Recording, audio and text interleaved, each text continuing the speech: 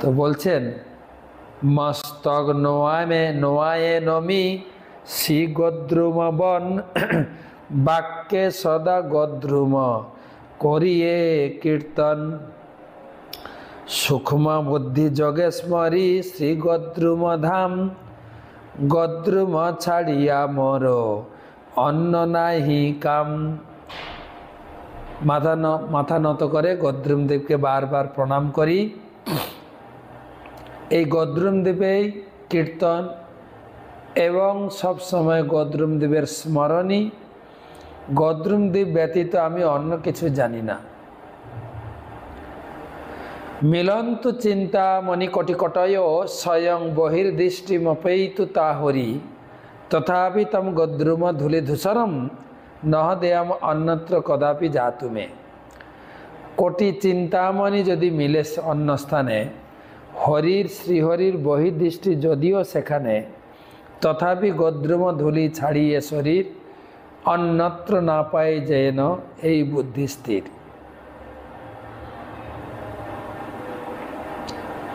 অন্য জায়গায় গিয়ে কোটি কোটি চিন্তামণি লাভ হোক, বহির্দৃষ্টিযুক্ত ব্যক্তির নিকট স্বয়ং শ্রীহরির আগমন হোক, যাই হোক,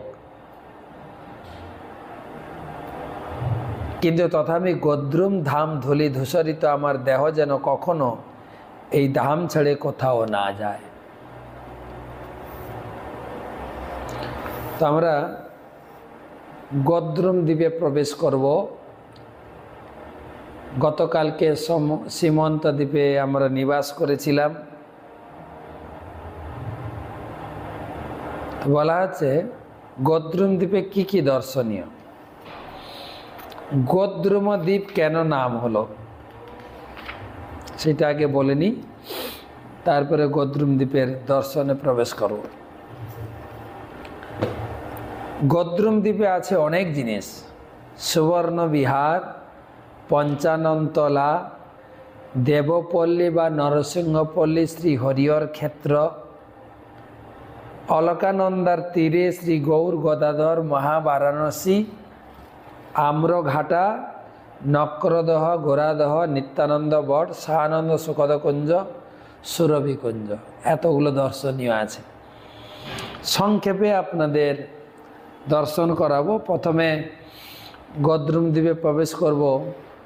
সুবর্ণ বিহার। সুবর্ণ বিহার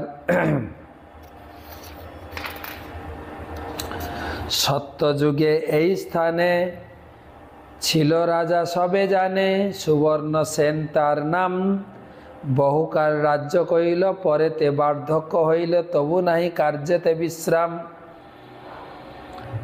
সত্যযুগে সুবর্ণ সেন নামে এক রাজা ছিল।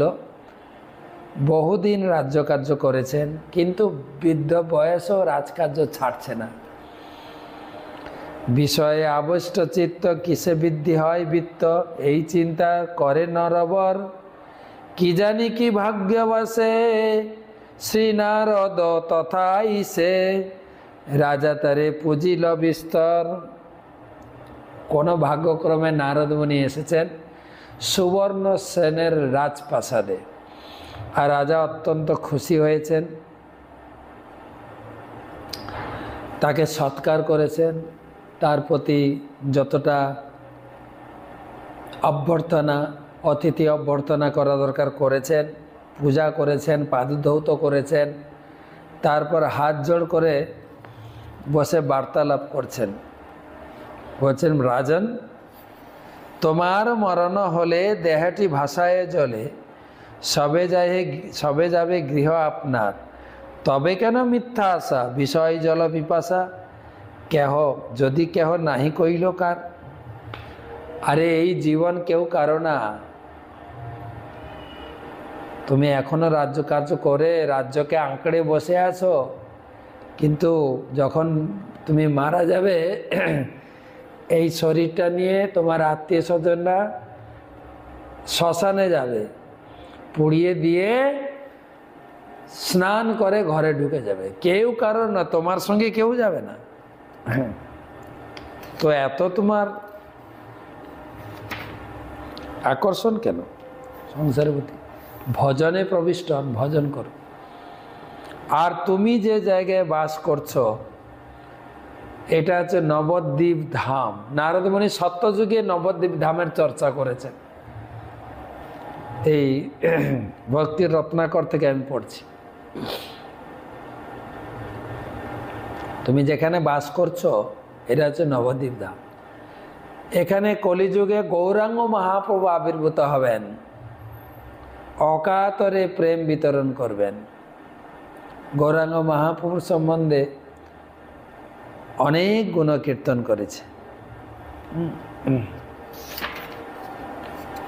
ধন্য কলি আগমনে হেতালয়ে কৃষ্ণগণে শ্রী গৌরাঙ্গ লীলা প্রকাশিবে যেই গৌর নাম লবে তারে কৃষ্ণ কৃপা হবে ব্রজে বাস সেই তো করিবে গৌর নাম না লইয়া যেই কৃষ্ণ ভজে গিয়া সেই কৃষ্ণ বহুকালে পায় গৌর নাম লয় যেই সদ্য কৃষ্ণ পায় সেই অপরাধ নাহি রহে ভাই। গৌরাঙ্গ মহাপ্রভু এখানে স্বয়ং কৃষ্ণ এখানে আবির্ভূত হবেন আর এখানে প্রেম বিতরণ করবেন। সেই অবতারে কারোর অপরাধ নেবেন না, অকাতরে প্রেম বিতরণ করবেন। নিদ্রা ভাঙ্গি নরপতি কাতর হইল অতি গৌর লাগি কর এ কন্দন। গৌরাঙ্গ মহাপ্রভু মহিমা শ্রবণ করে চিন্তা করতে করতে রাত্রিকালীন প্রসাদ খেয়ে বিশ্রাম করেছেন। স্বপ্নে যা যা নারদমুনি বর্ণনা করেছিলেন তা তা দর্শন করছেন। নিদ্রা ভাঙ্গি নরপতি কাতর হইল অতি গৌর লাগি কর এ কন্দন। দৈববাণী হইল তাই প্রকট সময়ে রায় হবে তুমি পার্শ্বদ গণনে। স্বপ্নে যা গৌরাঙ্গ মহাপ্রভুকে দর্শন করেছিলেন তিনি সেই স্বপ্নে দেখা গৌরাঙ্গ মহাপ্রভু তপ্ত কাঞ্চন বর্ণ, তিনি হা উতাস করে বুক চাপড়াচ্ছেন, কি দর্শন করলাম। তখন দৈববাণী হচ্ছেন, রে এই গৌর অবতারে তুমিও কলিযুগে আসবে, আমার সংকীর্তনে অংশগ্রহণ করবে, তোমার নাম হবে বুদ্ধিমন্ত খান। আর আপনারা চৈতন্য চরিতামৃত পড়বেন, সেই বুদ্ধিমন্ত খান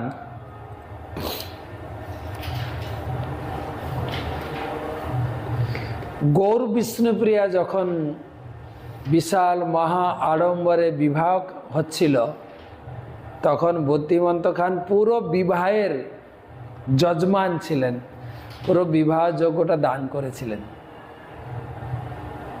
তিনি বলেছিলেন, নিমাই ব্রাহ্মণ ঘরের ছেলে, কিন্তু বিয়েটা হবে রাজকীয় বিয়ে। বলা হয়েছে বিয়েতে এত খরচা হয়েছিল কেবল অধিবাসের দিন। হ্যাঁ, ফ্যানটা একটু কমা, এক নম্বর। অধিবাসের দিন গুয়া মানে বরযাত্রীদের এত পান খাওয়ানো হয়েছে, পান। ওই পান যা খরচা হয়েছিল, ওই পান দিয়ে 7টা বিয়ে হয়ে যেত, 7টা বিয়ে।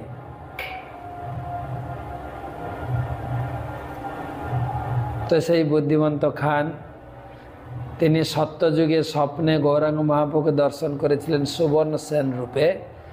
নারদমুনি এসেছিলেন সেই সংবাদ দিতে। আমরা সেখানে যাই, সেখানে গিয়ে সেখানে একটা ভক্তি সিদ্ধান্ত সরস্বতী ঠাকুর গৌড়ীয় মঠ করেছেন। যখন ছিল ভক্তি সিদ্ধান্ত সরস্বতী ঠাকুর ওখানে মঠ তৈরি করতে চেয়েছিলেন, স্থানীয় লোকেরা বলছিলেন, মহারাজ আপনি এই জায়গাটা কেন পছন্দ করছেন? ওটা টিলার মতো ছিল আর ঘোর জঙ্গল, হিংস্র জন্তু জানোয়ারও থাকতো, বাঘ ভালুক। সর্প সংকুল ছিল। তো লোকাল লোক বলছে আপনি ভালো জায়গায় যান, বলছে না এই জায়গাটি লাগবে। তো ওই জায়গা খননকালে অনেক সেই সত্যযুগের রাজপ্রাসাদের ভগ্নাবশেষ সেগুলো পাওয়া গেছে, সেগুলো রক্ষিত আছে। আর সেখানে আমাদের বসে আমরা কীর্তন করি আর একটু গড়াগড়ি করি ছোট্ট করে, তারপরে আমরা ওখান থেকে চলতে শুরু করি। ওখান থেকে গিয়ে আমরা পৌঁছাই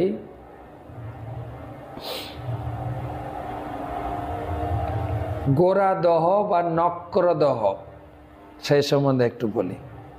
নক্রদহ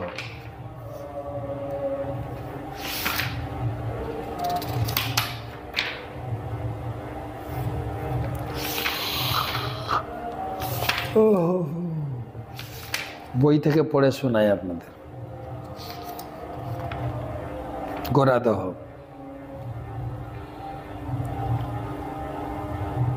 এই গোরাদহ হচ্ছে বৃন্দাবনের কালীয়দহ। বৃন্দাবনের কালীয়দহ, কালীয়কে কিভাবে ভগবান তিনি কালীয় থেকে বৃন্দাবনবাসীদের মুক্তি দিয়েছিলেন। আর এখানে হচ্ছে নক্র মানে কুমির। তো কি হয়েছে, একবার গৌরাঙ্গ মহাপ্রভু কীর্তন করতে করতে গাদিগাছা গ্রামে গেছেন। সেখানে গোপপল্লী মধ্যে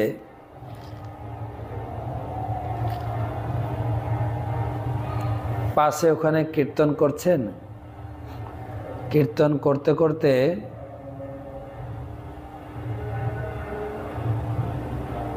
একটা হ্রদের কাছে গেলেন, বিশাল পুষ্করিণী। হ্রদে স্নান করে জল পান করে মহাপ্রভু ভক্তদের নিয়ে একটা বিশাল বটবৃক্ষের নিচে বিশ্রাম নিলেন। আর সেখানে পাশাপাশি বাস করত একটা গোয়ালিনী, ভীমগোপ নামে একজন বাস করতেন। সে এসছে মহাপ্রভুর কাছে, এসে বলছেন আমার জননী শ্যামা গোয়ালিনী ধন্যা, গঙ্গা নগরের সাধু গোয়ালর কন্যা, সচী মাইকে মা বলিয়া সদা করে সেবা, সেই সম্পর্কে তুমি আমার মাতুল হইবা। সচী মাকে আমার মা মা বলে ডাকেন, তাহলে তুমি মায়ের ভাই, তুমি হবে মামা। মামা মায়ের ভাই মা হয় না, মামা হয় না? আমরা ছোটবেলায় যখন পড়তাম স্কুলে, কৌতুক করে বাচ্চারা বলতো, বলো তো মামা মায়ের কে হয়? মায়ের ভাই হয়, মার ভাই। মার ভাই বলা সব ঠাস করে মেরে দিত। তুই মারলি কেন? তুই যে বললি মার ভাই, তাই মারলাম। তো ভীম গোয়ালা, হ্যাঁ ভীম গোপ, সে মহাপ্রভুর চরণে গিয়ে বলছে মামা, ও মামা। বলছে মামা কি করে হলো? দেখো আমার মা তোমার মাকে মা বলে ডাকে, তার সেবা করে, সেই সম্পর্কে তুমি মায়ের ভাই, আমার মামা। চলো মামা ঘরে মোর, চলো দল লইয়া, শ্রীকৃষ্ণ কীর্তন কর আনন্দিত হইয়া, দধি দুগ্ধ যাহা কিছু রাখিয়াছে মা, সব খাওয়াইব আর টিপে দিব পা। মামা বাড়িতে চলো না প্লিজ, আমাদের বাড়িতে দই দুধ ছানা মাখন বহুত কিছু আছে, খাওয়াবো, তোমাদের সবাইকে খাওয়াবো, আর তোমার পা টিপে দেব, তুমি বিশ্রাম নেবে। তো বলে মহাপ্রভু তার পার্শ্বদেরকে ডেকে নিয়ে যাচ্ছে। বাড়িতে পৌঁছেছে, তখন শ্যামা গোয়ালিনী, ওই ভীমগোপের মা বলছে, শ্যামা বলে পণ্ডিত দাদা কেমন আছেন মা? ভালো ভালো বলি গোরা নাচাইল গা। বলছে পণ্ডিত দাদা, নিমাই পণ্ডিত মা কেমন আছে গো? আর তখন এই গৌরাঙ্গ মহাপ্রভু গা দিলে, হ্যাঁ হ্যাঁ হ্যাঁ হ্যাঁ ভালো আছে। তারপর বাড়িতে নিয়ে গিয়ে দই, দুধ, ক্ষীর, সর প্রচুর খাইয়েছে। তারপরে মহাপ্রভু ভক্তদের নিয়ে কীর্তন করতে করতে বেরিয়ে আসছেন। তখন গ্রামের লোকেরা, বিশেষ করে রামদাস মহাপ্রভুর কাছে নিবেদন করছে, নিমাই একটা কথা বলবো, এই যে পুকুরটা আছে, এই পুকুরের জল আমাদের গাই বাছুর কেউ খেতে পারে না। বলছে কেননা ওখানে একটা কুমির আছে, সে কুমিরের ভয়ে কেউ যায় না। তুমি দেখো তো এর জন্য কিছু করা যায় কিনা। নক্র এক ভয়ঙ্কর বেড়াই দেহর জলে, দহের জলে, জল না খাইয়া গাম্ভীর ডাকে হাম্বা বলে। তাহা শুনি গোরা করে শ্রীরাম সংকীর্তন, কীর্তনে আকৃষ্ট হইল নক্র। তখন ওর পাড়ে গাই বাছুর যায় কিন্তু জল খেতে পারে না কুমিরের ভয়ে। তখন মহাপ্রভু জোরে কীর্তন করতে শুরু করলেন। অন্যান্যরা ভয় দেখাচ্ছে, এই তোমরা যে এখানে কীর্তন করো না, এখানে কীর্তন করলে কিন্তু মহা বিপদ হয়ে যাবে, কুমির এসে তোমাদেরকে খেয়ে ফেলবে। আর মহাপ্রভু জোরে জোরে কীর্তন করতে শুরু করলেন, হরে কৃষ্ণ জোরে জোরে নাচো, কৃষ্ণ কৃষ্ণ হরে হরে, হরে রাম রাম রাম হরে হরে। জোরে জোরে কীর্তন শুরু করেছে। আর কীর্তন শুনে সেই কুমির জলে ভেসে উঠে গেছে। আর সবাই ভয় পেয়ে গেছে। আগে তো কানে শুনেছিল, এখন যেই দেখতে পেয়েছে ভয় সবার। কিন্তু মহাপ্রভু যায়, ভয় খেও না, সবাই কীর্তন করো। আমাদের গৌরাঙ্গ মহাপ্রভু অভয় চরণার বিন্দরে, অভয়, তার চরণে আশ্রয় গ্রহণ করলে জীবনটা অভয় হয়ে যায়। হরে কৃষ্ণ বলো, সঙ্গে চলো, মহাপ্রভু বলতে, হরে কীর্তন করো। আর সেই কুমিরটা ধীরে ধীরে ধীরে ধীরে ভক্তদের দিকে এগিয়ে আসছে, ভক্তদের দিকে এগিয়ে আসছে। তো আরও ভয় খেয়ে গেছে। তো এসে মহাপ্রভুর চরণ স্পর্শ করেই তার কুমির দেহ ছেড়ে একটা সুন্দর দেব শিশু হয়ে গেল, জ্যোতির্ময় দেব শিশু। আর হাত জোড় করে মহাপ্রভুর চরণে প্রার্থনা করতে শুরু করলেন, জয় জয় শচী সুত পতিত পাবন, দীনহীন অগতির গতি মহাজন, 14 ভুবনে ঘষে সুকীর্তি তোমার, আমাহেন অধমে করিলে উদ্ধার, এই নবদ্বীপ ধাম সর্বধাম সার, এখানে হইলে কলি পতিতা পাবান, কলিজীব উদ্ধারিবে দিয়া হরি নাম, আসিয়াছ মহাপ্রভু তোমাকে প্রণাম। মহাপ্রভু চরণে পতিত হয়ে কান্না করে করে সে গুণকীর্তন করছেন।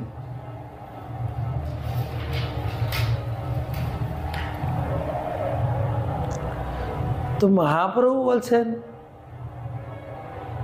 তুমি কে? তুমি কিভাবে কুমির দেহ লাভ করলে, এখন দেব শিশু হয়ে গেছ? তখন সেই দেব শিশু কান্না করতে করতে বলছে, হে প্রভু, দুর্বাসা মুনির অভিশাপে আমি নক্ররূপ কুমির প্রাপ্ত হয়ে ভ্রমণ করছি। সকলেই আমার নক্ররূপ দেখে কম্পিত হতো। তুমি নক্রদেহ পেলে কি করে?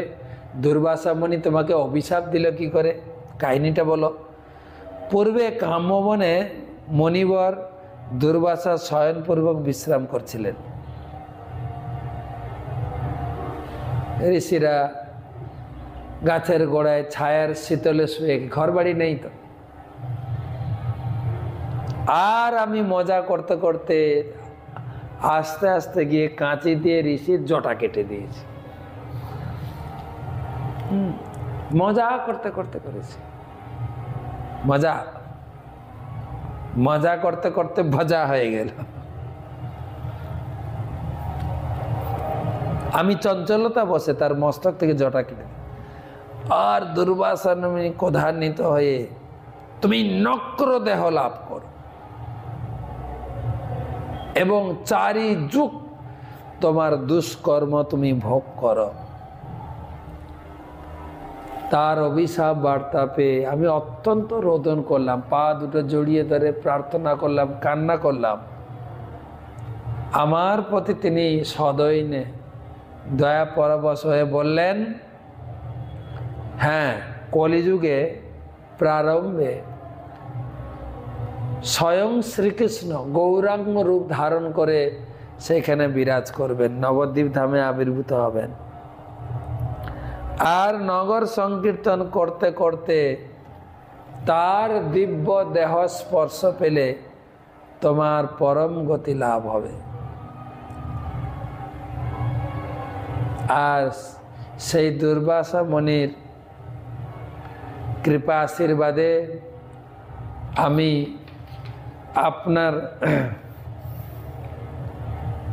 দর্শন পেয়েছি, স্পর্শ পেয়েছি, আপনার মুখের শ্রী বাক্য শ্রবণ করেছি, হরিনাম সংকীর্তন শ্রবণ করেছি। তখন মহাপ্রভু আশীর্বাদ নিয়ে সে দেব শিশু দেবলোকে চলে গেলেন।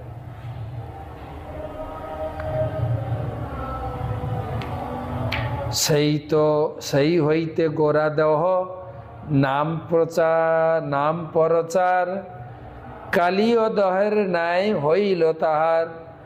সেই দেহ দর্শনে স্পর্শনে পাপক্ষয়, কৃষ্ণ ভক্তি লাভ হয় সর্ববেদে কয়।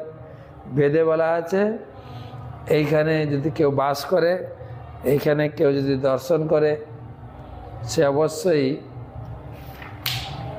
কৃষ্ণ ভক্তি লাভ করবেন, সর্বপাপ মুক্ত হয়ে সে ভগবত ধামে ফিরে যাবে।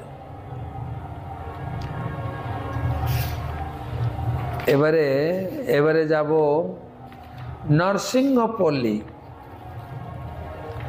গোরাদহের পরে আমরা পঞ্চাননতলা যাই। পঞ্চাননতলাতে সকালের পাতরাস প্রসাদ খেয়ে যাব দেবপল্লী বা নরসিংহপল্লী, প্রাচীন দেবপল্লী নরসিংহপল্লী।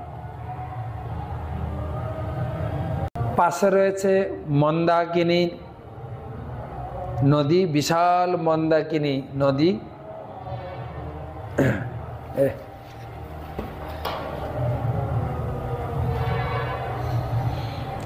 তো নরসিংহপল্লী কিসের জন্য বিখ্যাত হলো? নরসিংহপল্লী, আপনারা জানেন নরসিংহদেব আবির্ভূত হয়েছিলেন সত্যযুগে। কোথায়? অহোবিলম, অন্ধ্রপ্রদেশ অহোবিলম ধামে আবির্ভূত হয়েছিলেন। কিসের জন্য? প্রহ্লাদ আহ্লাদ দায়িনে, প্রহ্লাদ মহারাজকে রক্ষা করার জন্য। তার উপরে অত্যাচার হচ্ছিল। কে অত্যাচার করছিলেন? তার পিতা স্বয়ং, তার পিতা স্বয়ং অত্যাচার করছিলেন। আর ভগবান আবির্ভূত হয়ে হিরণ্যকশিপুকে বধ করেছেন, আঙুল দিয়ে চিরে ফেলেছেন। কিন্তু হিরণ্যকশিপুকে বধ করার পরেও ভগবান শান্ত হচ্ছেন না। এত ক্রোধ, আমার ভক্তের উপরে এত অত্যাচার, কোথায় তোমরা ছুটছেন? হিরণ্যকশিপুর মতো আরো যত অসুর আছে সবাইকে বধ করে ফেলবো।